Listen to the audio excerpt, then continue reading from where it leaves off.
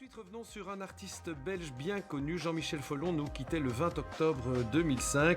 Ces petits hommes volants ont bercé nos fins de soirée télévisées et ses œuvres ont inondé notre imaginaire. Peintre, sculpteur, aquarelliste, l'homme était aussi un homme d'une grande générosité. Il habitait Monaco. Il a laissé de profonds souvenirs chez ses amis et chez ses proches que nous avons rencontrés pour vous. Sur les hauteurs de Monaco, l'esprit de Folon regarde vers la mer. L'artiste décédé en 2005 y repose avec sa deuxième épouse, Paola. Il avait son atelier qui donnait sur le port de Monaco. Bonjour, voici l'atelier de Jean-Michel Folon. Vous retrouvez ici sa dernière carte de visite, Folon, agence de voyage imaginaire. Entrez. La Fondation Folon gère l'atelier de l'artiste qui est resté en l'état depuis sa disparition. C'est le prince Régnier, devenu son ami, qui l'a fait venir à Monaco en lui cédant cet espace.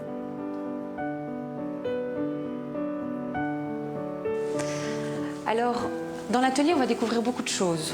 Vous les voyez toutes ici, mais on va évidemment retrouver son personnage emblématique que Folon va créer tout au long de son parcours artistique. Un atelier qui regorge d'œuvres de Folon, mais pas seulement. Alors ici, on a la grande chance de découvrir l'intimité de la création, puisqu'on est vraiment devant la table de travail de l'artiste. Et on retrouve sa palette, les mélanges de couleurs, ici, les essais, les pinceaux. Vous avez aussi ses lunettes. Folon avait énormément de lunettes et les lunettes sont très présentes dans son iconographie depuis le début. Enfin, toute une série de choses importantes qui montrent la diversité de la technique aussi dans l'approche d'une aquarelle, dans l'approche d'un dessin.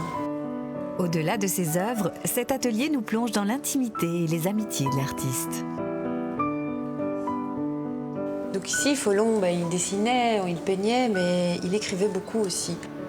Et on retrouve d'ailleurs pas mal de connivence en photographie, aussi des échanges, des petits mots d'Henri Cartier-Bresson. Et Folon adorait épingler tous ses souvenirs sur ce mur ici. Il était aussi l'ami intime du sculpteur César. C'est un homme très généreux, qui, dans ses contacts avec autrui, il était toujours très ouvert et au quotidien, il montrait une grande générosité. En 2002, Folon est tombé amoureux d'une ravissante épave dans le port de Monaco. Il y en a fallu de l'amour pour restaurer ce bateau. Stéphanie nous en offre une visite exclusive. Ma chère Stéphanie. Ah, Jean-Louis. Ça fait longtemps. Ah, je suis tellement contente de te revoir. Moi aussi. Bon, tu vas voir, il y a un peu de changement. Donc, si tu veux, on va commencer à regarder ça. Okay. Je te suis, vas-y. Ah, le bateau est toujours là. Voilà, alors, ça, c'est bien. C'est le chantier qui lui a offert ça. Alors, bon, aujourd'hui, ça. Combien d'années de chantier encore? 2 ans. Jean-Michel Folon, déjà malade, a jeté toutes ses forces dans la restauration de ce bateau. Quand je l'ai vu, j'ai trouvé tellement beau, tellement émouvant dans sa solitude. Et personne ne voulait y toucher à ce bateau, tellement il était mort. Et je me suis dit, il ne peut pas mourir ce bateau, il faut que je lui donne une deuxième vie. Et la deuxième vie, ça a été ça, c'est que tout ce que j'avais gagné en faisant des sculptures, je l'ai mis dans ce bateau. Jean-Michel voulait y apporter, on va dire, son âme, son esprit, sa façon de voir les choses. Et on est parti dans cette aventure. Il considérait ce bateau comme sa plus belle création. Ce fut son œuvre ultime, aujourd'hui d'une valeur inestimable.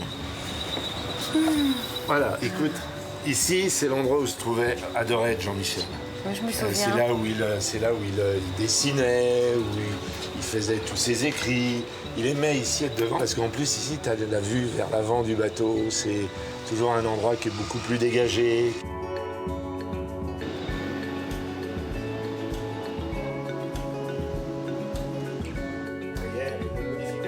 Je vais te faire voir la cabine, un peu modifiée. Mais il y a toujours le tableau. Toujours. Ah. Voilà. Ah, voilà. Donc là, tu as le tableau qu'on a pu garder ici, que Folon avait recolorié, Ouais. et qui est le plan d'origine du bateau, qui était en noir et blanc, et lui, il a refait avec ses couleurs, avec son style. Le bateau prend la mer en juin 2004. Folon sera emporté par la maladie 1 an plus tard. Ça lui donnait la force de se battre encore plus pour voir le bateau terminé. Et jusqu'à la fin, son plaisir, c'était d'être à bord. Alors je suis devenu fou de bonheur de vivre là-dessus, sur ce bateau. En ce moment-ci de ma vie, finalement, je crois que c'est ce qu'il me fallait. Et comme ça, je largue les amarres, j'oublie tout. On part en Méditerranée, on regarde le ciel et la mer, et j'invente des voyages imaginaires et je suis heureux. Heureux, il était aussi à Saint-Paul-de-Vence, à 40 km de Monaco. Il y avait beaucoup d'amis, comme le maire du village. J'étais maire de la commune à l'époque. Il me dit, mais Saint-Paul m'a tellement gentiment accueilli. Qu'est-ce que je pourrais faire pour Saint-Paul pour le remercier? René Buron l'emmène alors à la chapelle des Pénitents Blancs. Elle était en très mauvais état. Jean-Michel est ébloui par le volume. Et en quelques secondes, Jean-Michel dit, voilà ce qu'on va faire. Là-bas au fond, on fera une mosaïque. Et puis il y a des vitraux, on mettra des vitraux qui rappellent le thème du don. Et puis ici, on mettra un autel en forme de main. Je me souviens encore, des fois, il me téléphonait le matin vers 8-9 heures à la mairie. Il me disait, tu sais, j'ai pas dormi, on va faire ceci, on va faire cela. Ce sont les enfants des écoles qui vont installer le sol, on prendra des petits galets blancs, c'est eux qui vont l'installer. Il était comme ça. Pendant qu'il navigue sur son bateau, Folon imagine ce nouveau projet. Mais il décédera avant le commencement des travaux. Ce sont des artistes proches qui réaliseront son œuvre la plus imposante. Que l'on soit croyant, pas croyant, tous les gens qui rentrent ici nous disent il se passe quelque chose. Il y a un côté un peu mystique dans l'atmosphère de cette chapelle. Et je crois que l'esprit de Jean-Michel, il est toujours là.